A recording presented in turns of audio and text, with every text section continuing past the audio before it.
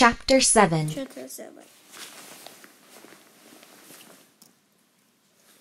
A narrow escape.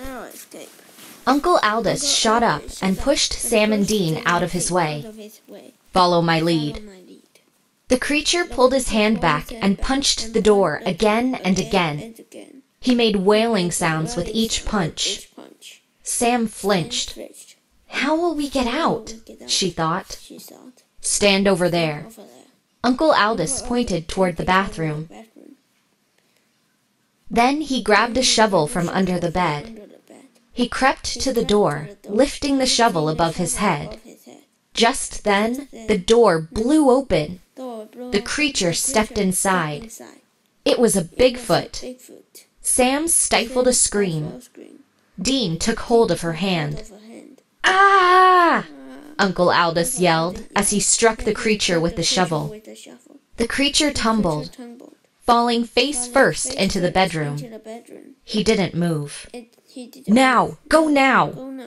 Uncle Aldous fumbled in his pocket and pulled out a key. To the basement. The door is secure. Sam nodded and took the key. Just as she and Dean were almost out of the doorway, the creature grabbed her ankle. She fell, and the key flew across the hallway. Sam screamed and kicked, eventually breaking free. Dean pulled her up, and they ran. Seconds later, Sam and Dean were at the basement door. Scuffling could be heard from above, and dragging sound. She hoped Uncle Aldous was okay. Key! Sam panicked. We can't get in without the key! Dean revealed a key in his hand. I picked it up after you dropped it. Oh, thank goodness! Now hurry! Sam barked. The basement was dark and musty. A single bulb shone overhead. On one wall was a desk and a couch.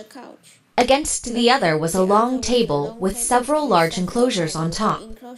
Sam and Dean sat on the couch and shivered. Neither said anything. A soft wailing sound quietly filled the room. Sam sat up. It reminded her of something, but she couldn't put her finger on it. Eventually, the wailing stopped. She pulled her phone from her pocket, hoping it hadn't broken when she fell. Let's look around. That sound had to have come from somewhere. As Sam shined her light across the walls, the kids saw pictures of themselves through the years, and old newspaper clippings about the opening of the reptile house. Then there were new articles printed off the internet. She read through the titles.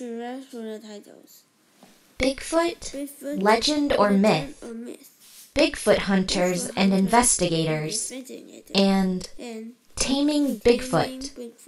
She paused when she got to one title. Strange Creatures Spotted in Raven's Pass, written by Aldous Jeffers.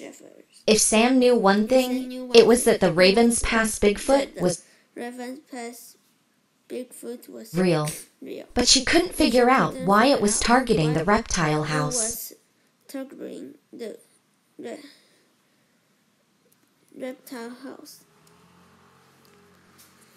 Dean, we've got to check on Uncle Aldous, Sam said. I'm really worried. Thump, thump, thump. Scrap, scrap. Dean pressed his ear to the door. I think it's coming from the second floor. If it were the first, it would be louder. Sam took a deep breath. She had survived 2 encounters with Bigfoot. She could do it again. We just need to lure Bigfoot outside. The outer door is steel, so he shouldn't be able to get through it as long as we lock it this time. Sam pushed open the door. They tiptoed to the main room on the first floor.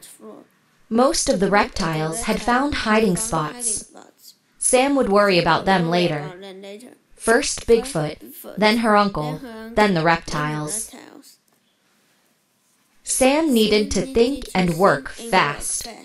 She turned the corner and ran face first into Bigfoot. She was out of time. His eyes were red. His fur was warm and sticky. He smelled like old, dry leaves. Sam scrambled backward, almost tripping over a large monitor lizard, and screamed. Bigfoot charged. Dean steadied her by the elbow and pulled her toward the open front door.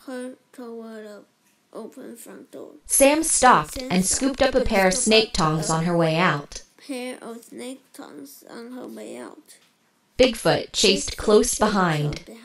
Once they were outside, Bigfoot stood between them and the door. How were they going to get back inside without it coming in with them?